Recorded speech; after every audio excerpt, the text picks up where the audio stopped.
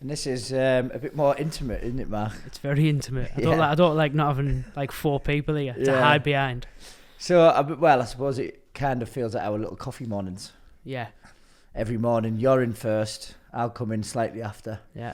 And then Jay Once rocks in everything's done. 2 minutes before it's collided. Starts high kicking and what's this called? Shadow boxing. So we have our 20 minutes of peace. Yeah, and then he comes in and fucks it all up. That's it. Before our hectic day. And then sometimes he comes in even earlier, and that really annoys me. Because we'll be sat there just chilling. Yeah, I'll sit down. And he comes in. Boom, boom, boom, boom. Scranning. I'm tired. I'm hungry. Oh, I want a coffee. You always get a laugh from him. Yeah, we do. He does. He brightens the day up. He does. But I don't know. It's we don't get that much time, just me and you. But it started me and you. Yeah. So it's quite nice. Just. Yeah, only just. I mean, what was Jay? A few weeks, really. Yeah. Yeah, from the Pretty actual much. birth of Simply Rogue. Pretty much. It was a couple of weeks, and then that lunatic entered our lives. Yeah. I enjoyed it here till then. Nah, it is meant. But I mean, firstly, obviously, when we've got guests on, you and Jay are brilliant because you do give them the chance to speak, and you do hold your own, and you just listen, and you are a really good asset to the podcast. But with Jay being on holiday, we didn't want to get any more guests on because we thought we don't want him to miss out. Especially we've got a couple of good ones. And there's one especially he doesn't want to miss out on, so it was thought it'd be a good opportunity to just open you up a little bit, Mark. We're just going to open me up a tiny bit, though. Yeah, well, that's what I think. Anyway. Nah, I mean, you've spent the majority of your life being an introvert and keeping out the way, haven't you? Yeah, I'm still an introvert and trying to keep out the way, but it just can't happen. No, definitely not. That can't happen anymore. You just. It's a struggle to try and become what's the opposite? An extrovert. Extrovert, yeah. Why do you think you've spent time keeping out the way and in the shadows? Don't like hassle. Like, I don't know. I honestly don't know. I couldn't tell you. There's probably some sort of psychological thing. Yeah, maybe that's our next move. Get a counsellor on. Yeah, say just open. See what's wrong with me. So tell me about your thoughts, Mark. There isn't many. No. There is a time like when I always used to think that you were deep in thought because you have these moments where you just stare like that, and I'm like, what is he thinking about there? And obviously before I knew you well enough to ask, I used to think he's miles plotting, away. He's plotting something there. Yeah, plotting everyone's murder. And then I was like, Mark, knowing you have these moments, what are you actually thinking about? You're nothing. It literally isn't anything. Like, I don't know. I just zone out sometimes. Like, I need to keep busy. Yeah, that's it. That's all it is. If I don't keep busy, you shut down. My brain just completely just shuts off. Yeah, and it's You're generally thinking about jobs you can do at home, aren't you? Pretty much, yeah. That's it. Like, what room am I decorating next, or something like that. Because did you say it's like you and your dad do it, where you create work? Yeah. He'll be first to admit it as well. We'll set out to do one job, and then that job it doesn't have to, but it will always lead to another job to do, and we just create more work for ourselves. Yeah. And then we get annoyed at ourselves and blame other people. But then you don't want help either. No, definitely not. That would be ludicrous. Yeah. But then you tell people off for not helping. Yeah. We're just freaks of nature, man. It's control freaks. Freaks, OCD, I don't know what you want to call it. But you do have your uses, Mark. My God. Yeah. Christmas wrapping. I'm a fantastic Christmas. I might start a business. So I went round to you last year and I had loads of wrapping for you to do, and you did it, and I sat and I had a beer with Eva. You had a beer, yeah. And Joss. You did. And put my feet up. You did. And I brought a bike round. Did you? And you were going to attempt to wrap it. I would have attempted it, and I probably would have smashed it. Yeah, I reckon you would. Yeah, it would have been the best wrap bike ever. Yeah, I think what's brilliant about you is when I might come to you with a problem, and you'll be like, right. And then you'll go away and you'll come back and you'll have the solution. Yeah. And I think that's quite a good thing, that. Do I? Yeah, believe in that. Stand for that, for the ring light problem. Yes. Look at it now, standing all tall over there. It is. Looks brilliant. Just needed to tighten it. Yeah. Oh, right. That's all it was. What, is it actually fixed now? Yeah, well it wasn't broke. Ah. What, that one move you've just done there, that was the problem? That was it. It just needed... That's it. Right, okay. Well, that wasn't as hard as, but we Yeah. got there in the end. Yeah, we got there in the end. So before barbering, you worked in hotels and Hospitality. shit like that, didn't you? Yeah, hospitality. We had that in common. We both worked at Blackwell. I worked there for 10 years. Yeah. Just about 10 years anyway. 10 Maybe years shy at of. Blackwell Grange Hotel. Yeah, and it was... You ended up being a supervisor there. yeah, supervisor. Yeah. Yeah, enjoyed it. It was, good experience. I bet our experiences were different there. They probably were very, very different. Mine was literally like, it was like, I'd call it like, what was them, like after school clubs you used to go to? Yeah, like... I know what you was mean. It called? You used to go and play the youth club. Youth club. Yeah. That's what I call it. Yeah. Yeah. Because there was a few of us from college used to work there, all about the same age. And Yeah. Well, when I started, it was a lot of like all like schoolmates and whatnot, and people my age, and then it was quite fun. Yeah. And but then obviously the age range was always about the same. Wasn't Yeah. it? Because the hours, it was what, 4 till 9. when I started, it was like 6 till like 10 or something, or 6 till 11 or something daft like that. Yeah, so perfect for after college, wasn't it? Yeah, that was it. And then straight into town afterwards was usually the. You used to go out a lot then, Matt. I did, yeah. Did ya? I did. It was probably about Avalon. 3-4 nights a week. Like, you used to go out? Yeah, in like Fuck off. like between That's like once a year now. Yeah, between the ages of 18 and 21, 22. So it was only a short stint, but What were you wearing then? I'd rather, I don't know. Don't say I'd rather not say. Come on. What was I wearing then? What was your look? Because I don't know you've know. had a So that few was- different looks. So 18, what are you in there? Is that college? It's just starting college, isn't it? No, finishing college. Just finishing college. It was probably just like similar to what I'm wearing now. All right, quite bit sort of- indie-ish. Yeah, just plain t-shirt, plain jeans, Yeah. trainers. Yeah, nothing too. I think I wore a cardigan at one point, which looked horrific. Now I look Yeah. back, it was like a beige card. It was horrific. Cardigans were no good for me as well. I'm too small and like square. Yeah, So like, yeah. it's So you just missed the very confused phase where we all wore like big scoop necks. Yeah, so that was like before I started going out. Just yeah. So I was wearing like carrot. Is it carrot jeans where the cuff at the bottom? Jeans, yeah. Yeah, I was wearing them and high tops and brightly coloured checkered shirts and that. Ah, yeah. Just to straighten my hair. Do you used to wear a hoodie underneath your shirt? No, I don't think I ever did that. No, that's No, what I'm did picturing you? there. Is yeah, that- I did- yeah. well, yeah. Definitely. Hoodie. I used to wear a hoodie with a vest, and I used to tie the. Don't. No, I never did that. I I never did that. I think, yeah. Tie the knot, but then obviously with a t-shirt that was all right. But when you No, it's not. no, but it wasn't that bad of a look with just a plain white t-shirt because the knot didn't go. It was on the t-shirt. Right, so it mine was blended like in. bare skin. So I remember one outfit. I had a stripy vest on, and a stripy blue and white vest with a blue hoodie with a white knot tied there. I can envision But it very well. it's All from just Top I Man. looked like a sailor. Do you know, Yeah. like a sailor with that little hanky tied around Yeah. his neck? That's what I look back at. Yeah. With a dead high fade and a diamond stud. Never. Have I had a diamond stud? I think I have had a diamond stud at one point. Remember when my sister bought me some earrings Yeah. the other year? That was Yeah. like 2 years ago. But then now you think that I was wearing it recently, but I'd stopped wearing an ear stud like at least 6 years ago. Don't like you coming with them all the time. But yeah, she's like, I've got your present for Christmas. Yeah, thanks. Ear studs. I'm nearly 30 now. Nice one. But yeah, this fashion was mental. Yeah, it really was. It was. Yeah, not probably not my proudest moments. No. What I wore. They're all trendy now because they just wear brands, which is nightmare Yeah. for parents because Yeah. they have to buy like Canada Gooses for Christmas and that. Yeah. I was happy with anything from Primark, really. Yeah, I mean, yeah, I'm still not very brandy. No. Never have. How many been. colours has your wardrobe got? It's t-shirt wise, it's black and white, Yeah. and then I think I've got green in there now. Yeah, you have been wearing green a bit lately. Yeah. Looks all right. I went for another. I just got another colour. I was like, we'll just it's see. like a dark green, isn't it? Yeah, dark green. I don't wear it that often. I'm still stick to me black and white. Yeah. But yeah, I've mixed it up a bit. You've mixed a bit. So Yeah. adding dark green to your wardrobe. Yeah, It's just to explain. it may to not people, stay.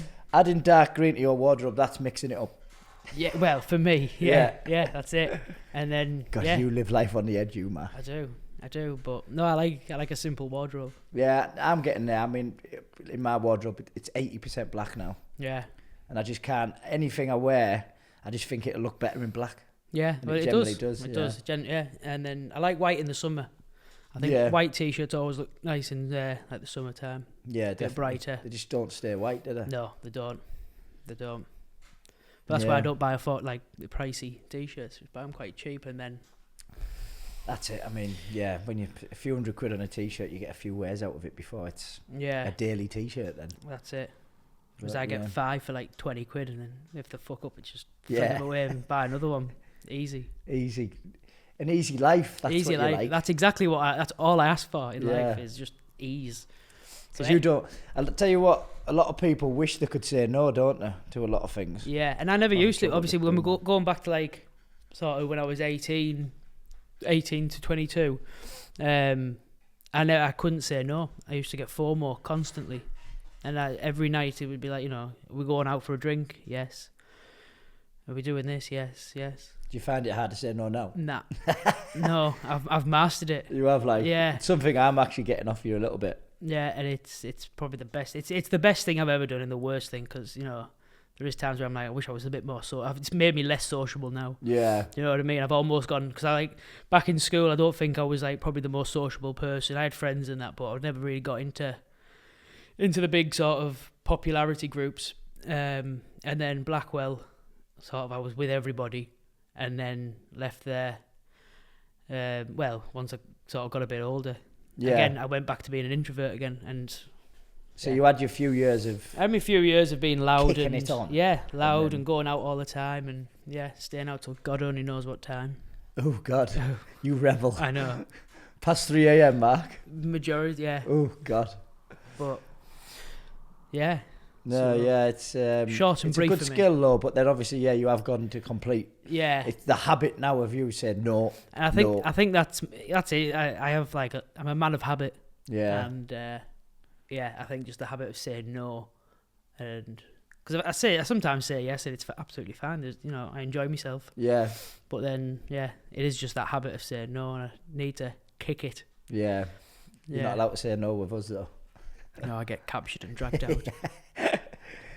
But I kind of, when I say no, I don't say it. I don't believe it, and people trigger onto that. And as soon as I'm like, nah, they're like, he's coming out. Yeah, he's coming with us, and then they generally do get me, because sometimes I like to please.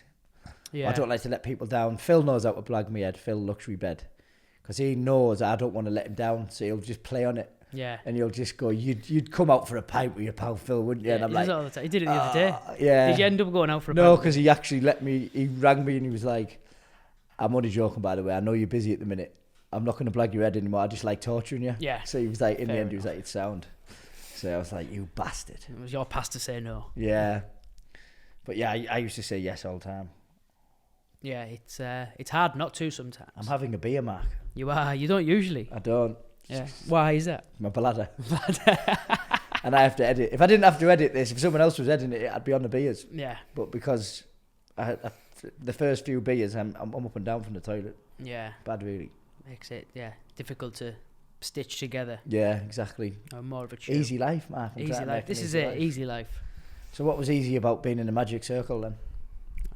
Going down this road. That was blunt. So just to let people know, I don't. What age were you when you entered the magic world? I couldn't even tell you. It was like, I want to say towards the end of school, so I wasn't young. Do you know what I mean? I was quite old, but I think magic. You weren't like 10. I think magic at that point was becoming like a bit of a thing on telly and that again. It was like having another. It wasn't a thing then. I think it was. It was for people like me. You were probably all getting drunk. No, to be fair. I mean, when I was really young, The Masked Magician, I used to watch that every week. Yeah, that was a thing. And then I think there was like Dynamo and that around. Was he around then? I think it was probably about then. Darren Brown was quite big then. Yeah. So I think that's I used to love him as well. Yeah, that's sort of what I think. That's the reason I sort of give it a go.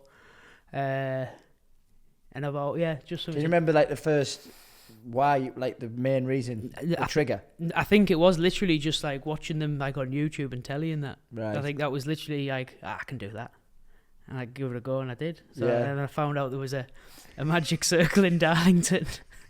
So where did you used to meet, Mark? Look at you getting the sweat. I know, yeah. I don't even know what you call it. Was it like the Freemasons Hall? No, I don't think so. It was. No. It was. I imagine you meeting in there opposite. Like, one of us. More or less was. You had to be initiated in there. Like you had to like perform like on stage type of thing. In where? In the Magic Circle to actually become a member. You had to. Are you allowed to tell us where you met then or not? I'm trying to think what you call it. Is it the Railway Institute? No. Is that opposite? Where? Opposite it's Pound Stretcher now. It used to be B&Q. Oh, fucking hell. Is it the Railway Institute?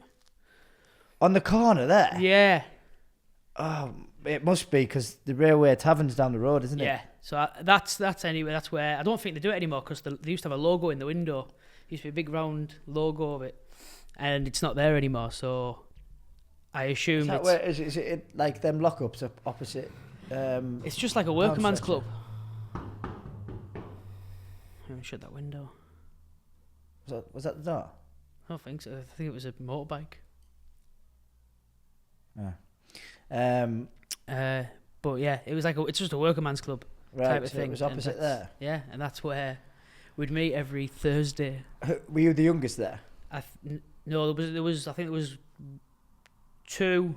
When I started, there was two, and then one of them left like the second or third time I was there. Two young lads. Oh right. There was loads of like. How many people were there, Mark? It's probably about 30, between 20 and 30. What's that? All from Darlow? Yeah, most of them all from Richmond and places around. I think this was the closest one. Was there any like lethal magicians that you were like, oh, he's good? Yeah, they're all pretty good. Women? Pretty good. No women, no. No women. No, don't think so. Not that, yeah. None that caught my eye anyway. No. But yeah.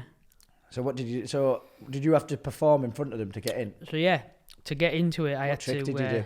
I can't even remember. I think it was. Yeah, I can't remember. It was some card trick anyway. Some card trick. Yeah, some card trick. But yeah, for what I did, sweating. Imagine me in front of like a. So I've got a pack of cards here, Mark. I'm joking. I knew you hadn't. But I said no. Did you do any tricks other than cards? It was majority cards and what we call mentalism magic. Right. So that's like your mind reading and all of that sort of thing. Right. I can't do it now, so don't bother asking. No, I won't know. But was because I feel like sleight of hand is quite a newer thing. No, it's probably the oldest, yeah. Or maybe it's just been more identified by people recently because that like your that David shit, Blaine and that is like. There was we were on about magic in one of these podcasts, and I was trying to explain a magician in Barcelona who was doing shit to me. Yeah. And the trick that really got me was this. Try and explain this then. So I'll do my best. I might have been a bit intoxicated at the time. Yeah, so you probably go on. I'd been to a festival all day, but I still remember this like it was yesterday. So he chooses me. Obviously, apparently I'm susceptible to this shit, but I kind of do believe in magic, so yeah, I am. Yeah, I am susceptible. A freak, man. So there was a few he was doing to me, but the main one that got me was this. He gave me a full pack of cards. I played with the cards, everything. I put them in my hand and I closed my hand. Yeah. Right? When I opened my hand, he did not touch my hands. He did though. He didn't. No, he wouldn't have touched your hands. He'd have touched the cards, man. But he didn't, mate. I put a pack of cards, I closed them in my hands, I opened my hands, and it was a block of plastic. How intoxicated were you? Like, I was alright, I'd sobered up, but I had been pretty drunk. Definitely. But honestly, he definitely mate, touched them again. He didn't. He definitely did. He didn't, well, mate. It's impossible then. It's magic. It's not. real magic. Real magic exists, mate. Yeah. If you search, I think what's it called? Block of plastic trick. Plastic deck of cards trick on YouTube. It'll show you how to do it. Will it really? Yeah. Ah, it might spoil my dream. But now. this is it. Like you think, I used to look at like magic tricks and that and think, oh, it's amazing. I'd love to do that. You'd find out, or you'd pay X amount of money to find out, and you just ruins it. You're like, oh, is that it? Like I've paid, say, 30 quid for just to find out this trick, like on a video. It always is. It's so much simpler than you think. Yeah, it really, and that's why it gets most people because of how the simplicity of it. Yeah. And it's people don't think of that. YouTube it and find out. I think. Yeah, but that's how I used to learn. Maybe I keep the magic alive in me though. I mean, I would definitely recommend keeping the magic alive, but we know you're not going to. Yeah. But it was they do blow my mind, especially after a drink. It's brilliant. I love it. I mean, magician's best audience is a drunk audience. So. Because, so speaking of drunk audiences, you used to go and do it on nights out and stuff, didn't you? So yeah, I used to do it on nights out. I think this is why I don't really do it so much now, because it became a bit of a performing monkey thing. And, any time we were out or in a social situation, people would get me to do it. And I started off like sort of really enjoying it. And I used to sort of like love the attention. Then it just became a little bit tiring. Do that trick again. Yeah. And you'd say it would be the same bunch of people as well, and you'd just be like, just fuck off. Like, and I think that I fell out of love with it. It was only I was only doing it for a short amount of time, to be fair, and I fell in love with it and out of love with it fairly quickly. But I did a few gigs and whatnot, sort of semi-professionally, I suppose you could call it. So you get paid or just booked? So I started, like, the way that sort of started was in college. There was this, I think it was like one of them open days where they have like different companies come, and there was this like company. I think it was based on like a youth club type of situation, and it was called Somewhere To. I think, and they found like, say if you played the guitar or something, they'd find you somewhere to perform. Or so I went in, as a magician, and what did they you wear? found it.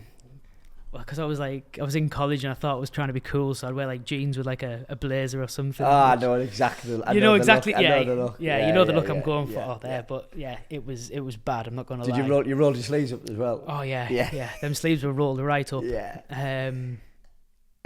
Yeah. With some jazzy shirt underneath or something. I don't know. I want to stand out, but I want to be smart. Yeah. But I want to be casual, but I'm still a student, so I'm going to wear this blazer with this jeans and a funky shirt. Yeah. And I'm going to roll my sleeves up and I'm going to wear shit shoes. And a pair of shoes as well. So anyway, they got us like a few gigs at the Sunderland Empire before people would go in to see like a live show. So I would sort of entertain the VIP area, so it was people who paid more money to sit in certain areas. I don't know. I would just turned up. I'd love to have a camera on you. Yeah, just watch mate. That, well, there was because Joss, obviously, he wanted to do like videography at the time. So he was videoing you? There's footage. There may be footage. There's definitely footage, isn't there? On YouTube somewhere. Now, I can't find it, and I'm sort of glad Joss about must that. know. I don't think he'd know either. He does. Yeah, there's. We're gonna find this. There is footage somewhere. It was on an old YouTube channel of mine, but that got deleted. What was that called? It's been deleted now. So what was it called though? Max Sowerby Magic or something. Yeah, but it got deleted a few years back. Magic Mark. Yeah, literally. Oh, it's bad. It's bad. So I did that a bit, and then I think I got booked there once, paid, and then I got a couple of birthday parties paid as well. And then I think the last thing I did, I went to, when the Olympic Games were here, I went to the Paralympics and did it in, the what's it called? Olympic Village or something. No way. And just, performed, like street performed around the Olympic arena. So that was your top gig. That was probably my top gig. Yeah, that wasn't paid. That you was. You can kind of say I've done magic at the Paralympics. Yeah.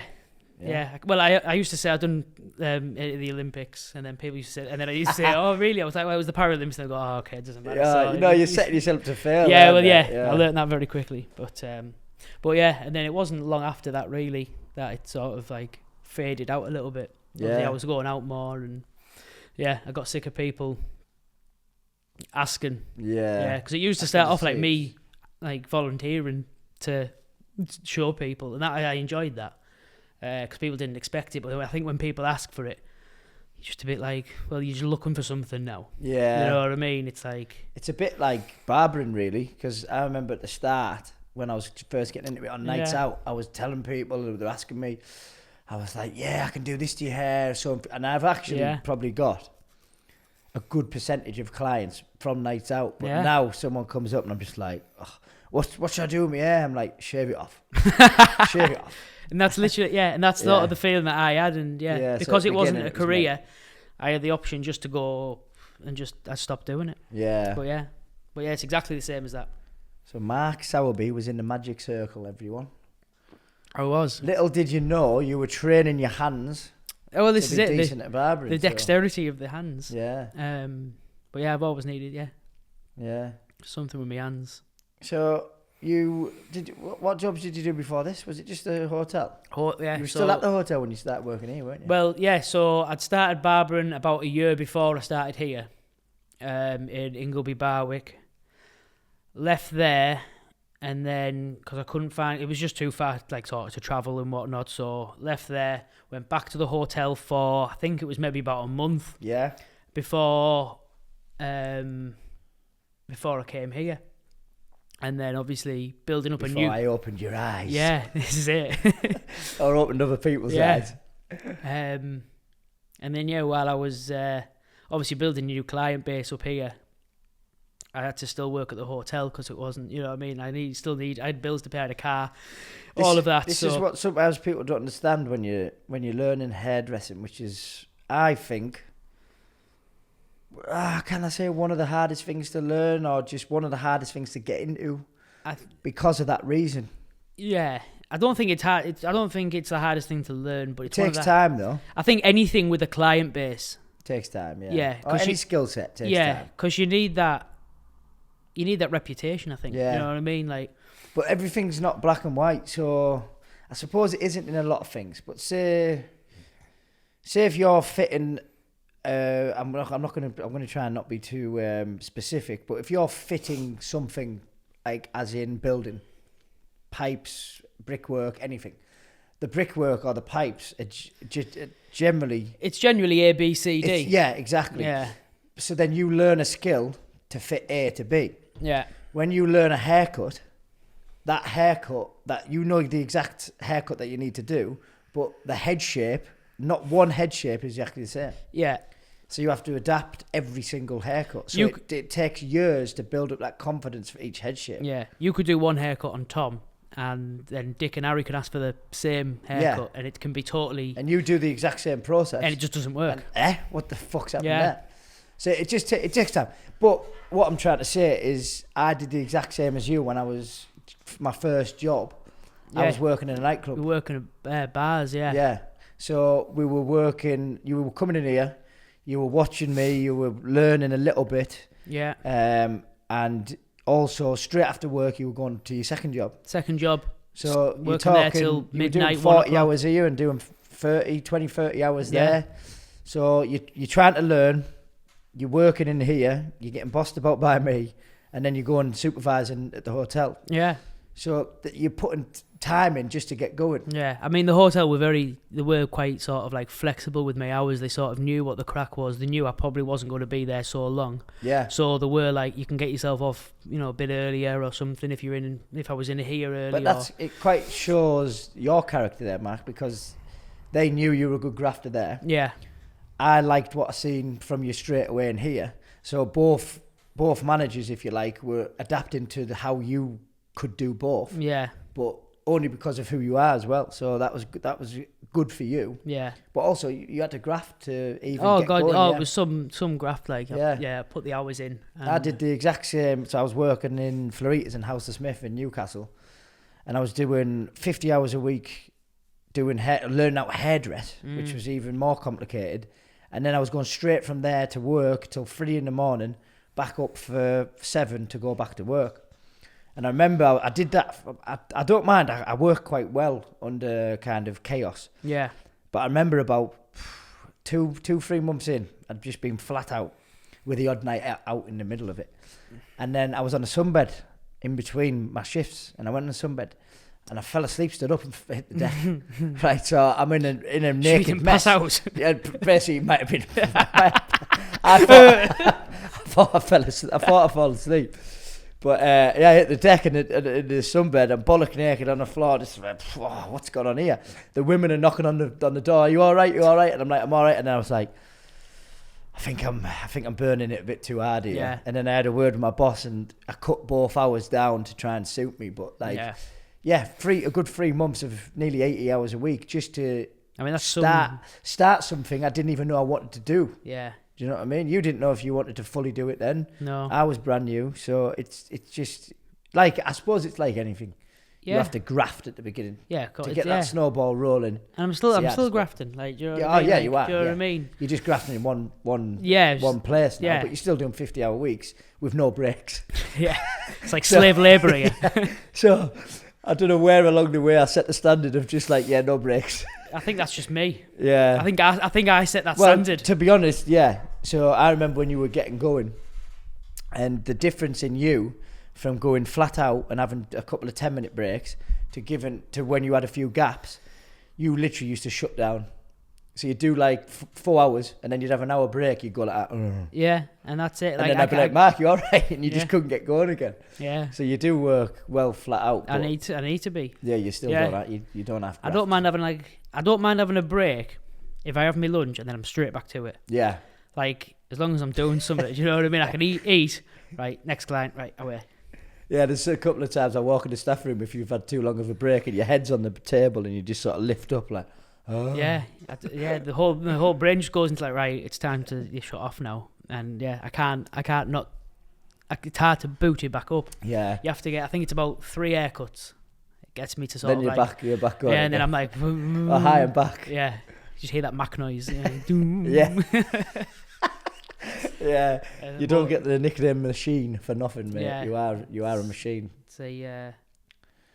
But yeah, I mean, since you've started working here, I've had you doing all sorts, haven't I? Yeah. We've dyed your hair blue and pink. Yeah. I've dressed you as a nun. Yeah. I've dressed you as a clown. Yeah. We've been to that scary place. Scare Factory. That was funny, that. Yeah. Because we got out before you. So they had a Scream Factory. So we get there, Jay's starting the clown straight away. Yeah. So like there's clowns, but there was one, he was just mooching about, wasn't he? I think they're the scariest ones. Yeah, they stand and stare at you. They come out and he had a horn and that. Yeah. And then he goes up to Jay and Jay starts dancing with him. And then he's like, oh, fuck off. And then we get out before you. Yeah. And then we're watching. And bearing in mind you'd been saying, oh, it's not that scary, this. Well, you come screaming out of the final bit. To be fair, the first time, that was the second time I'd been. The first time I went, they didn't chase you out with a chainsaw. So I didn't expect that. Yeah, I enjoyed that. I wouldn't mind doing it again. I hope they do it again this year. Well, yeah, but it changes every year. Like, I've been twice, and I think it was like I went 1 year, then I missed 1 year, and then I went the year that we went. Yeah. And I think, they're trying to improve it. That pitch black bit was the worst for me. You couldn't breathe.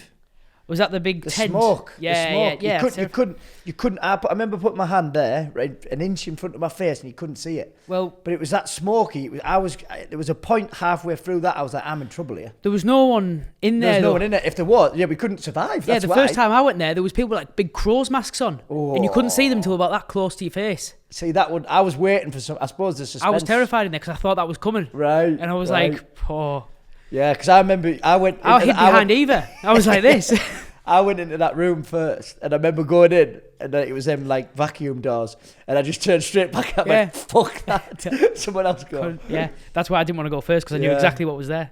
I enjoyed that, actually. I did. It's some of it to ask. You have to let yourself get into it. But because if you just fight it, you could just stand there, couldn't you? Yeah. But like you have to. You could. You have to let yourself be scared. I think that's what I did the first time. Is I just sort of like. It's not even scary. Yeah. And then the second time I sort of played along a little bit and I enjoyed myself a little bit more and did a bit more screaming. When because I do get jumpy, me, like, not as I shouldn't go now. I'm on edge now. You're a nervous wreck. So we were talking today, weren't we? And if anyone remembers the Catherine Tate show, and there was a woman on it where I think it was based on Catherine Tate's mum or what she was saying, and she basically jumps at everything. So the toaster goes, whoa. The phone rings, but Mark, you're now becoming that person. Yeah, it's all Abby's fault. Yeah, so Abby, basically, she's got this habit of dropping the broom when she's sweeping hair right next to Mark, and it makes does it on purpose. We know she does it on purpose. She says she doesn't, but she definitely does. And it makes a horrendous noise, and every time it does, it's made you jump. Yeah. And now, I'll come in on a morning, and you'll see me, but you'll still go home. I'm walking up the stairs. You did it 3 times walking into the staff room today while I was having a coffee. I only walked in. There was one time I did try and scare you a little bit. But yeah. Your nerves are shot, man. Yeah. We'll definitely go there then if it's open next month. Yeah, that'll kill me, that. But yeah, we've got next one. So every Halloween I choose what we wear. So we've done the clowns. Yeah. 3. We've done 3. No. Because we've done... Oh, no, sorry. No, we've done 2. I was going to say, this is the 3rd one.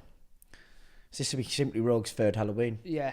Yeah. So we've done the horror movies. So you were the Nun. The Nun. Which you did brilliantly. Jay was Chucky. Yeah. I was Freddy Krueger. So this year... I'm going to try and... Because hopefully Abby's going to be good at makeup so we can... Yeah. Well, she did it at college. Yeah. Did she do it at uni? Uni, I think right. she did a year or something. So hopefully we can really get into it this year. Yeah. It's on a Saturday so we can go for a few parties. I've got an engagement party straight after. Yeah, we'll come with you. Come with us.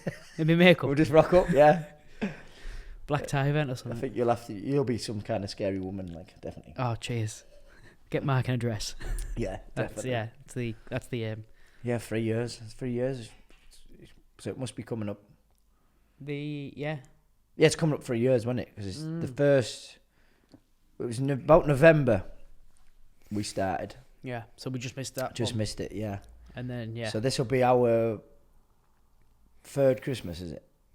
That's 4th. 4th Christmas. Is it? Yeah. Well, if it's 3rd Halloween. Oh, yeah. 4th Christmas. 4th Christmas, yeah. Yeah. Yeah, that's flu. It's changed, hasn't it? Yeah. So we started off Peaky Blinders-esque. Yeah. And now we're pretty much, I don't know, street. Yeah. Street gentlemen, rogue gentlemen. Pretty casual. Yeah. So what's the definition? It's simply, so remember on the wall. I was reading it the other day and I've totally forgot. Merely acting just, in ways that are not normal. Behaving in ways that aren't normal. Yeah. Basically. Yeah. And I think everyone's got a bit of simply rogue in them. Yeah. Haven't they? Definitely you. Have I? Yeah. I thought I'd be not normal, eh? Yeah, no, I'm not normal. No, I suppose. You're in a magic circle, man. Yeah. It was very normal for our community. We thought you were the weird ones. As if you don't do magic. Yeah, I mean, yeah, a lot has happened. You sat there, actually, when I interviewed you. Yeah, it was. Yeah, there was a chair there. here. I must have been sat... I felt like I was sat over there. Yeah, you had some off-it table. There was no table? There was a table. Oh, it was like... There was a little waiting bit there with a table, there was a table, it was like a surfboard or something. Did we have a coffee, didn't we? Yeah. I think we had a coffee. Yeah. Yeah. I think so. Yeah, you came across pretty well. I knew straight away. Did you? Yeah. Because you just... I think, like we've said before, when you've worked in the service industry... Yeah. That's half the battle. Like, I could just tell you were very attentive straight away. I don't know, I always get a bit thingy with interviews. Yeah. Like, it's one of those things, I think, because I'm not very good at communicating. Yeah. Do you know what I mean? I struggle. To be honest, that was probably the soundest you've ever been. Oh, cheers. After you've got the job, you've been another that started. He's not good, came in. But all you've done is take the piss out of me since then. Yeah, well, that's it. Got your feet under the table.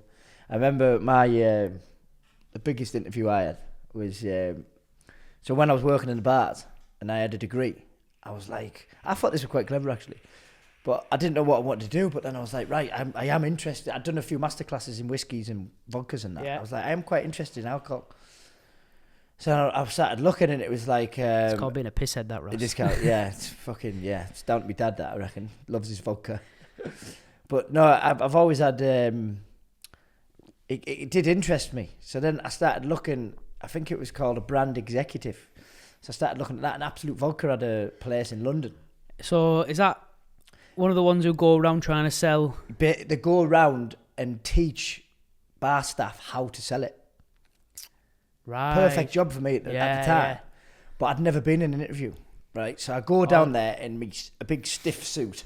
Was it your dad's? It looked like my dad. I think it was mine, but it could have been my dad's.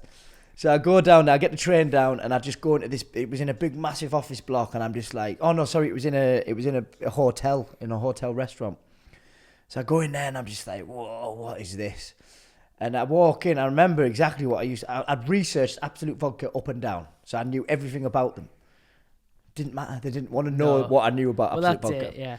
But I didn't know this. So I go in, and they just start asking me about myself and that, and I'm just like, I think I should get the job because I am outgoing, very responsible, and I turn up on time. Do you know, shit like that? Yeah. I could have gone in there in a t-shirt and jeans and just gone, look, this is who I am. blah blah blah.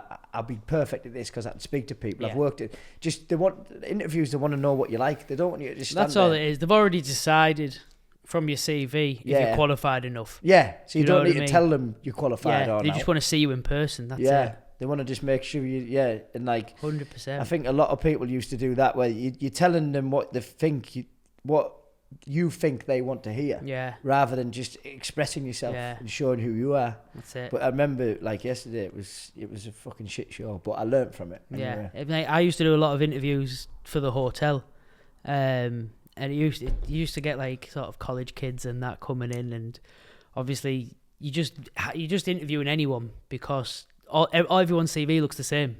Yeah. It's like it might as well just be photocopied with a different name, and they all do exactly the same as what you did there. It's all very robotronic and how much they want to be in the industry, and I'm just like, you don't need. Yeah. I don't care. You obviously don't, because I don't. You know what I mean? It's like.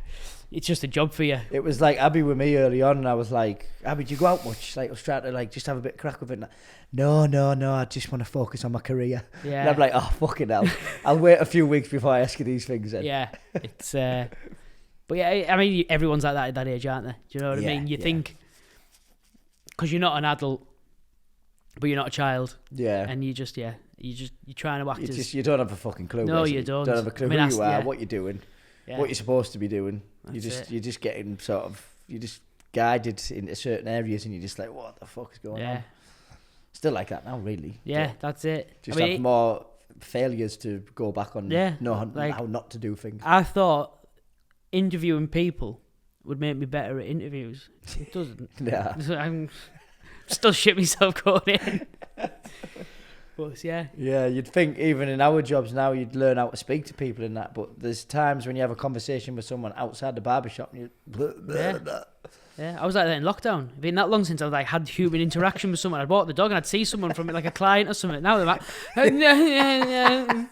just something would come out and I'd walk away and I'd be like, what the fuck did I say to him there? Like, there was that reel I sent you the other day, and it was like that when an introvert gets into the car.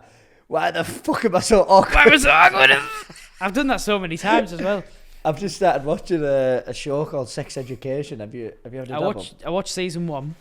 Oh, you've seen it? I loved season 1, and I haven't got around to watching season 2 yet. So I've got like 2 seasons. So it's a bit like him, like Otis. Like, he's so introverted. Yeah, 100%. Yeah. It's decent. I've enjoyed it actually, and we've just started season 2 there. Yeah. Season 2. Yeah. Yeah, it's started on Saturday night, so we blasted a few out. Yeah, season 1 was great. Like I loved it. It's quite warming, isn't it? Yeah, it really is. It's like it's quite it's all like quite close to home because obviously everyone goes through that sort of shit in school and that, and it's funny. So I might. There's a spoiler, but he's addicted to wanking now. Yeah, I think I did. I got so far through. Yeah. Yeah, that's funny because he thought he was like. Yeah. He was going. The feel of my hard-on's weird. I don't like it. And then all of a sudden now he's just absolutely going hell to leather. Yeah. But yeah, it's mad. It's a good TV show. Yeah, it is. So, I mean, have you, since you've like started working here, like how, do you think you've changed much or not? Do you know what? I think I've reverted. Like, honestly, like, I feel like I've almost reverted a bit more back to my school days. Is it because you're so in the limelight here that you kind of want to be out of it? I don't know. I don't know what it is. I honestly don't know what it is. Or you're just growing up to be a bitter man. But in the hotel, I was. Fuck off. I felt like I'd overcome all of that part of my life, and I was like quite confident. But I don't know if it was because I was there for 10 years, and because maybe, I was a supervisor, so it was. I don't know if it was that sort of superior role that gave me that little bit of extra confidence or whatnot. Do you know what I mean? I don't know what it was. But you're pretty much in a supervisor role now. Yeah, but it's I think I don't know what it is. I think since Abby started, you've actually gone straight into that supervisor role. Yeah, well, it's probably just like a little switch at the back. Then it's come in. Right, I know what to do here. Yeah. Do you know what I mean? You're like, when I watch you, you're like a proper teacher. Right. Like, I don't know if I like that. No, because when you're like guiding it, you literally stood with your hands behind your back. Don't say that. And you do that stroll, where you almost walk straight-legged. like a march, like circling.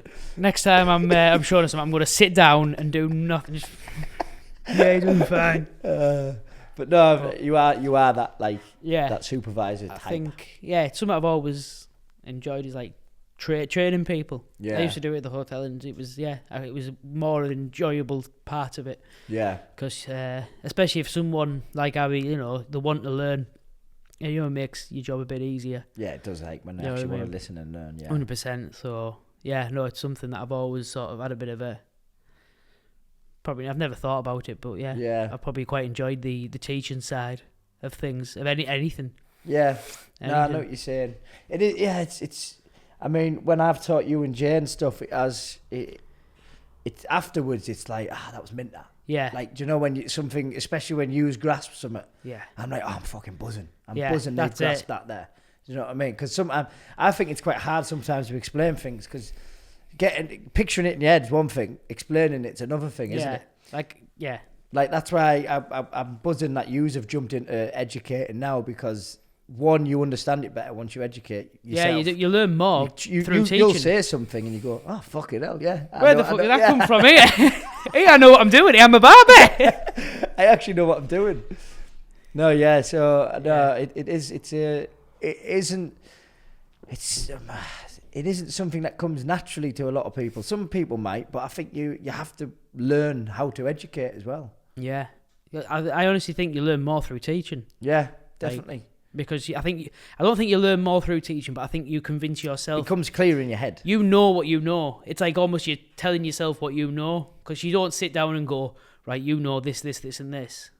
Whereas when you're teaching it, you're like, oh yeah, I do know quite a bit here. Yeah, Is like, I remember when I was at your, you know what I mean? I remember when I was at your sort of stage, and then it sort of shows you, it tells yourself how far you've come. Yeah. As well. You know what I mean? It does, definitely.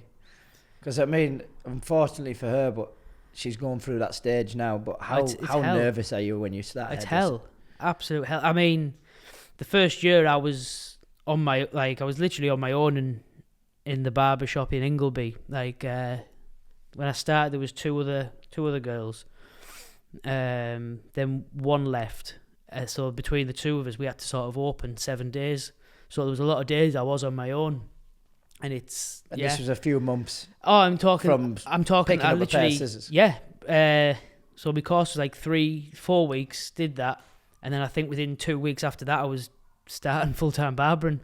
So that's outrageous. That's six weeks. And yeah, I was on the shop floor on my own, full-time barber. Because that shop, it didn't really have you didn't have set clients. It was just walk-ins, and they just do have whoever. So it was, I was doing more than probably what I should have been at that sort of early stage, and I was on my own, no guidance, but I just got on with it. Yeah. Do you know what I mean? I got on with it. I made my mistakes. I fucked a lot of hair up. I'm not going to lie. Yeah. Do you know what I mean? So when I look back, I'm like, my God. You can remember them like clear as day, some of the bad ones as well. But I learned a lot from the mistakes, picked up a lot of bad habits as well, which you'll know when I started here. Yeah. But yeah, that was the thing with you when you started here. You when I seen you pick up the scissors and you were flicking the scissors and you were these the magician hands that were like looking the part, and I was like, fucking hell. And then you start so confident, start doing something, and I'm like, I had to second guess my look. I was like, yeah, what's he doing there? Yeah, and I look back now, I'm like, fuck me. Yeah, it was. But you had the posture, you had everything set, everything was looking good, and then you go in, and I was like, fucking hell, what's he doing there? Just fucked that one already. One stroke. But yeah, but like you say, what do you say? Fake it till you make it. Fake it till you make it. You know what I mean? You are good at that. Yeah, very good. Yeah, that was brilliant. Do anything. Oh, we've winged some things, haven't we? Yeah. So our first photo shoot was the other week, and we had if anyone who doesn't know, it should be out. It's in shops this week, but clothing basically. Something I started in January this year. That was the start of it, and it's nearly to fruition now from the help of yourself and everyone around me. Had loads of help. I had a lot of learning to do, but basically It's going in at least 2 shops. One being Treasure Darlington, which is a brand new shop in the Cornmill, and they've also got a shop in Teesside Airport. So they had a fashion shoot to launch the opening of Treasure Darlington. And they were like, right, we want you to be in the cat show. So we're like, right. Not us personally. Right. No, not us personally. But right, we want your clothing in there, or we want it at least on show for the opening. I'm like, right, fuck. Mark, we need to do a photo shoot. Right, okay. So luckily from the Luxury Bed, they give us a venue. Mark's best friend is a photographer. He's got the lens. Mark's good with cameras. He's at cameras. We've got lighting. We know models, we get models, and within 2 days, we're in this fucking showroom. We've got everything apart from knowledge. apart from a clue. But all of a sudden, me and Mark go down, and Jay's kicking about with his dog, and all 3 of us go down, and we set this stage up. So Luxury Bed have got the showroom, which I don't think he's unveiled it yet, but it's a big space, and we set these lights up, and we have a railing with clothes on. I even put my laptop there for no use at all. But it looks good. You see that in the films and the TV shows. Yeah, you see an Apple laptop somewhere. That's it. So the Apple laptop's in there. The lighting looks good. We've got Madonna on a speaker because I thought models, they want to, when they're like doing the poses, they want it with music. Yeah, you need a bit of Vogue going on. So Vogue's on. Vogue's on. Mark's literally got his like big white t-shirt on. He's dressed for the occasion. He's got his strap on. Not his strap. I never leave house without it.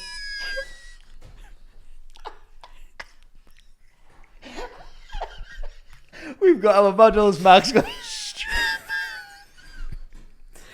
my camera strap. Let's get that clear. Fucking hell. You think you'd grow out with laughing at like that. But yeah, so he's got his camera strapped around his neck. Yeah. He's got his fucking strap. No, but yeah, we're literally, me and you look at each other and we're like, this looks alright, doesn't it? Yeah. Anyway, the models turn up and, well, initially we didn't really have models nailed on. I'm thinking, right, Mark, I might have to do this. But I'm like, we'll just cut my head out. It'll be fine. Yeah. And I'm like, yeah, I can do it. Yeah, I've seen it on Instagram. I can do it. Anyway, Jack comes down, the first model, and he starts posing. I'm like, Mark, I couldn't do that. When you said, I can do it, I'm like, good, because I can't. You'd probably have a better chance than me, because at least you've got a bit of hips in you. Give some heels. Yeah. I'm just the most wooden man ever. I'd just be stood there with my hands in my pockets. Passport photo. Yeah. Not only that, I wouldn't be able to keep a straight face. But yeah, what's good is we've had some great opportunities in our time that we've worked so far. And like, it's just funny to just throw things at you. And you're just like, right, yep, photo shoot, yep, we can do it. Yeah. Podcast, it's like, right, yep, Mark, Jay, I'm going to start a podcast. Fancy it? Yeah, sounds right. 2 weeks later, both. We've got a podcast. So it's good. I mean, I do kind of, especially when lockdown was in, my head's just like, I have ideas. But what's meant is that you and Jay and Abby now and a few other people that everyone's just always game as fuck. Like, there's no point having ideas and have people that are just like, I can't be asked. Yeah. Anything that I throw out there, you are just like, yep. Let's go. I'll do anything. Go. Yeah, I'll do anything. And that's when we threw that photo shoot together. Like, it was like we were like, "You look good, here, Mark." Yeah, and you were like, "Ross, mate, like, I think we could do anything now." Yeah, like we threw a podcast together, threw the clothing together, while running the barbershop. I think within reason we could do anything. Yeah, it's not far off. Yeah, and I think keep that attitude because there's some more big things coming. Oh, fucking hell. You know my idea, and it's coming round quick. So, moving mad, as Love Island would say. Yes. Yeah, but you're my girlfriend. You're my girlfriend. I think I look more like him with this beard at the minute, actually. Yeah. It's quite sharp, isn't it? Yeah, you need to get a little flick at the front. Yeah. Yeah. Your hair, my beard. I think we're pretty much... But yeah, no, it's been a really fun few years. And I'm buzzing to, because I mean lockdown slowed us down really. Slowed us down, but it didn't. It reset us and catapulted us a bit. Yeah, I think if it wasn't for the lockdown, we probably wouldn't have a podcast for a start. Definitely not. Probably wouldn't have a clothing line. Definitely not. So it's almost sped us up. 100% actually, yeah. Do you know what I mean? Take that back. Yeah, you're like right. in a weird way, it sort of just catapulted. Yeah. Yeah. You needed that sort of year out. Yeah, slow us down, get out the rat race, figure out what we actually do, and we've all come back with massive better attitudes. 100%, yeah. 100% better attitude, I think. Yeah. Because I think before the lockdown, I don't know about everyone else here, but we're all coasting a little bit, I think. Yeah, like I wasn't even focused on things. To be honest. I didn't feel. It was a whirlwind, wasn't it? Yeah, it was mental. Like I still felt like I'd just started. Yeah. And yeah, it was weird. My head was all over the place with it, and I still didn't really feel like I was picking anything up, even though I probably was. You know what I mean? It's like I didn't really believe in myself. I think that's what I'm trying to say. And then coming back from lockdown, I think having that reset, it sort of put things in perspective a little bit more. And 100%, fucking hell, it does. It's changed our lives. I think it really has. Like, I feel like we've gone from a bit of almost half-assed effort to maximum effort. I wouldn't say half-assed. I wouldn't say half-assed, but I think it didn't feel like the juggernaut it is now. No, it's sounds a bit big-headed that, but I kind of feel like there's a momentum that we've got going now. Do you know what I mean? I think we're all three of us are firing on all cylinders. Yeah. To quote Mr. Phil Stevenson. Yeah, is that what he said? He always says it. Firing on all cylinders. Ah, right, yeah. Every day. There's not one day. Incredible. Life is incredible. Yeah. That's what he screams. That's it. What a thing to scream every day. Firing on all cylinders. Okay. I'll be saying it soon, actually. Yeah. Oh, yeah. But no, it's been on about people's journeys and that. But what a journey this has been, and what I really like about this podcast as well is the main thing that I'm getting out of it is I feel like we're creating memories. Yeah, and I feel like I really enjoy doing it with you. Like I just feel like we'll look back at these, and in 10 years, imagine looking at this in 10 years' time. Nah, you're gonna have to watch them at one point, Mark. I know, yeah. Mark doesn't watch them. I don't tend to watch them. If after a couple of beers, like Eva might want to watch one. Yeah. So then I will watch one then, but other than that, like no, I don't. I can't. Would I watch them all if I didn't have to edit them? I'm not sure. I suppose. If someone else was editing them, would I just do them and just leave them? Probably would. So I understand. I don't know. I think you just criticise yourself, don't you? Oh, mate. So for me, ignorance is bliss. Yeah. Do you know what I mean? Like. Do you know what I've learned as well? I was here. I'm in the moment. I don't need to. You're right. Like, live in the moment. Yeah. Do you know what I feel that I've learned from it as well? When I release them, what my instinct is to do, is to point out the bad bits. Yeah. Do you know what I mean? But as soon as you do that, people don't notice. People have never given me feedback to the point which I've thought about. So, like, the things that I'm picking out, people don't really care about. Yeah, no, they don't. Yeah. This is it. Like, when people say to me, like, oh, that bit was funny, I'm like, I'm sure there was some more embarrassing moments than that. Do you know what I mean? But you don't, because obviously you're in your own head. Yeah, exactly. That's it. No one else. You're watching your own head. Yeah, it's even worse. Yeah. I can't do it. I don't like my own voice as well. I'm on a podcast and I do not like my own voice. Remember the first time we did this as well? So the first episode, we didn't release it because we sat down. We hadn't got a clue what to say. No, we didn't. We were like, yeah, winged it. We've got the lights, we've got the look. We sat down and we just went, Yeah. Like it was so difficult, especially like for me especially. I remember going in on you at one point and I was just like, yeah, Mark's a sociopath. Yeah. And I was like, I was like, sorry, Mark, I didn't mean that. And you're like, what? Am I? I mean, I am. Yeah, a little bit. You don't show emotion, but no. Yeah, you're not a sociopath, not full one bit. But yeah, I mean, sitting down doing this episode here, like this compared to that. Yeah. It's like night and day. I can't remember if I did. I think I have deleted it. But it was harder. It is harder than because we'd never done it before. No. And we didn't know what to talk about. No. Because we do it every morning. We have our own little podcast every morning, really. We sit and have a coffee. I mean, we should just get a little thing and just, if there's anything good. Yeah. But we do have a little chat shit because then we were just thinking, this would be a piece of piss. And we sat down and we just thought. Oh. Yeah. Yeah. That's effectively what this is now. Yeah. You know what I mean? It is, this yeah. is That's effectively exactly what it is. we talk about on our coffee mornings. Yeah. So for them early clients that catch us, yeah, this is what happens. With that finger out as well. Yeah.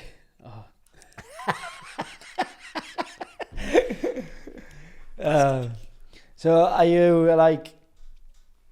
Did you imagine to be where you are now when you started working here?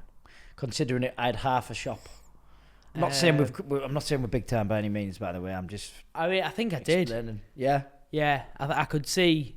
Obviously, you said you saw the potential in me, but I saw the potential in you. Oh, thank you, man. As a, you know what I mean, as starting as well. Like, I think the first thing I did, like when I'd come back, I think I was went back to my mum and dad, and I said, it's gonna be something. This, yeah, like, yeah. I was like, I can see it. Do you know what I mean? Just by the way, like the passion that you were talking about, and like the way, I think both of our minds worked. Yeah, work wise. Do you know what I mean? I was like, I can just see. Yeah, it was a bit of a click. Like, yeah, definitely. Do you know what I mean? We had the same sort of thing. So I was like, yeah, it's going to work this. I was like, regardless of whether it's going to go far or whether this is just going to work, do you know what I mean? I was like, something's going to happen.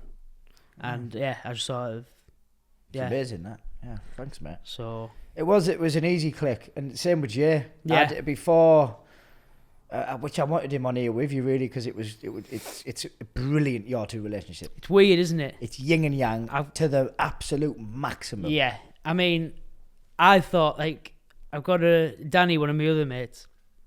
I always thought me and him were yin and yang. Yeah. Do you know what I mean? Different backgrounds, different friend group growing up, sort of thing. But we are quite the same person. Like, sort of. But me and Jay, and different backgrounds, different friends group. We are nowhere near the same person. Nah. But you get on. I can go for a round of golf with him. Yeah. I can go for some food with him. One of the nicest moments for me was, I mean, you always do it now, to be honest, but when I was away one week and you went out, like you finished work on a Friday or something, you went for an Indian. We did. And I just pictured you sat there having an Indian together, and I was just like, that is fucking amazing, that. Yeah. I was like, this, whatever we're doing here has brought two people from completely different backgrounds who never knew it existed, having an Indian and a pint together after work, having a nice bit of chat and just enjoying each other's company. And I thought, if that's not magic, that's why I believe in magic. Because you and Jay are friends. That's why I believe in magic. I know, I am. I always do, don't I? We always say we love each other when we're drunk. But well, you do, anyway. Fuck off. Fuck off. You initiated it last time. Yeah, we probably did. You did, man. Yeah. I think I egged his on, like. But yeah. We were fishing. No, but I think, yeah, but the same instant click I had with you, I had it with Jay, but when he was working at the other barbershop, we had firstly, we know what he's like with remembering names. I met him once, he knew my name, he was like, no, Ross, how you doing, mate? And I remember just thinking, oh, fuck, he's polite. And then after that, he was like, hey, Ross, you all right? I don't know how he does that. I don't either. If I could have one skill that I could get better at, it would be remember names and use them like he uses them. Yeah. I think because it engaged me straight away from him learning my name, and I remembered him because of it. I'm trying more now. Like, I'm making a conscious effort. Like, if I've got a client there, like, it's not so much the name; it's putting the face to the name. Yeah. Like, I'll think a client someone else a lot of the time. I'm like, all right, no, and then I remember I'm not there, but I'm trying to say the names more. Yeah. And I think saying it makes it stick more. But I'm terrible with names and faces. Always have been, always will be. Do you know one of the most impressive things I seen? So I worked in a summer camp in America after my first year of uni, which was brilliant because I'd basically blasted me nut off in uni, and then I went and over there at 19 couldn't drink. Anyway, so there was basically the guy who ran the camp was called Lucas Horn, and he was basically an ex-army police in New York City. Big, tall, black-haired, like, machine. Yeah. And within 1 week, there must have been 1,000 people in that camp. Right. Within 1 week, he learned everyone's names. He used to go around just going, your name's Ross. So, what's your name again? Your name's. What's your name? And within a week, he learned everyone's names. And I thought, how fucking mints that? He does that every year. Yeah. Obviously, some return, but he still had to learn a lot of names. Mental that. I wish I could do it. Yeah. But it's a brilliant trait. I wish I could, I talked myself out. It happened at uni. I started talking myself out with knowing people's names. I'll know the name. I know the name. That's John. That's John. I go up. I can't remember his name. Is it John? Is it really John? Iron mate. Yeah, just doubt yourself. Yeah. And it's because you don't want to get the name wrong. No. But yeah. But I'll do it. I'll have a client come in, and I'll look at him and I'm like, oh, his name's whatever. And I look at the books here. I'm like, that's not what I thought your name was. Is it him? Yeah, Is it him? And then that's when the doubt starts like lighting in. I should just look at the book, book and say his name. Yeah. But again, just doubt. And I think it's that thing of like embarrassment and that of getting someone's name wrong. Yeah, you feel bad on them, wouldn't you? Yeah, that's it. You've known him for 2 years and then you get the name wrong. Yeah. Well, to be fair, a lot of the older clients, you sort of I think I do know a lot of the names, but like say if they've been in, I think 5, anything less than 5 times. Yeah, I'm really bad with names. Yeah. Do you know each other's clients though? No. Yeah, that's a bit different. Yeah, I haven't got a clue. He knows all 3 of us. Yeah. Oh yeah. He'll be sat there, he'll be talking to man. I'm like, he's only been in once. Yeah. Yeah, it's like I'll do like obviously Jay's off this week. I've been doing a few of his clients and faces and names just it's a bit more scrambled. Yeah, I haven't got a clue. It's But yeah, that's just it's a brilliant relationship you've got. And it is like he changes his mind every 10 minutes and like he's all over the place kind of thing like that, and then you're just completely black and white. Yeah. So it's good that like he'll just come at you with different things all the time. Yeah, and I'm like, Jay, shut up, man. Right? No, it's brilliant. And now Abby's adding to that, and I think she's got the inner lunatic in her too, and it's gonna be fun. It is. But yeah, I mean, it's been good having a good chat with you, mate. Thank you. I feel like likewise. It feels like almost feels like the day I met you, having this little more intimate chat. Yeah.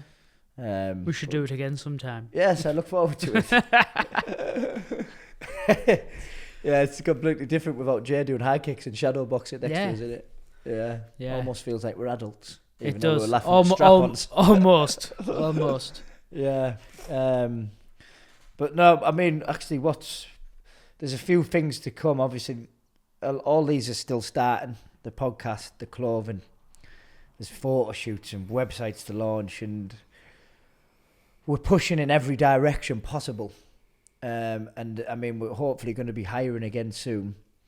But also just massive thank you for helping from the start, and being a part of it, and grasping everything that I've ever been trying to do or dream. You've been right there with me, and I just thank you for that. I appreciate that. Thank you for the opportunity. My appreciation is massive, mate. Yeah. Well, I wouldn't be here without you anyway. So appreciate that as well. Thank you, mate. But yeah, so we're back on with another guest next week to be confirmed, but we've got at least another 3 lined up, and we're going to run these till about Christmas, aren't we? Try to anyway. Try to run them about Christmas. And we're hopefully going to have a little Christmas special, and then we'll have a break after, and that'll be season 2. But hopefully there's a few interesting guests for people that are listening, and thanks again for the support from everyone who does listen. Yeah, it's definitely more than we thought. It's more than 10. I think we counted our parents and siblings in it. Yeah, we were aiming for about 10 listeners, but we've got more than that. So happy days, and onwards and upwards. Thank you again. Thanks, Mark. Very welcome. Thank you. And we'll see you soon.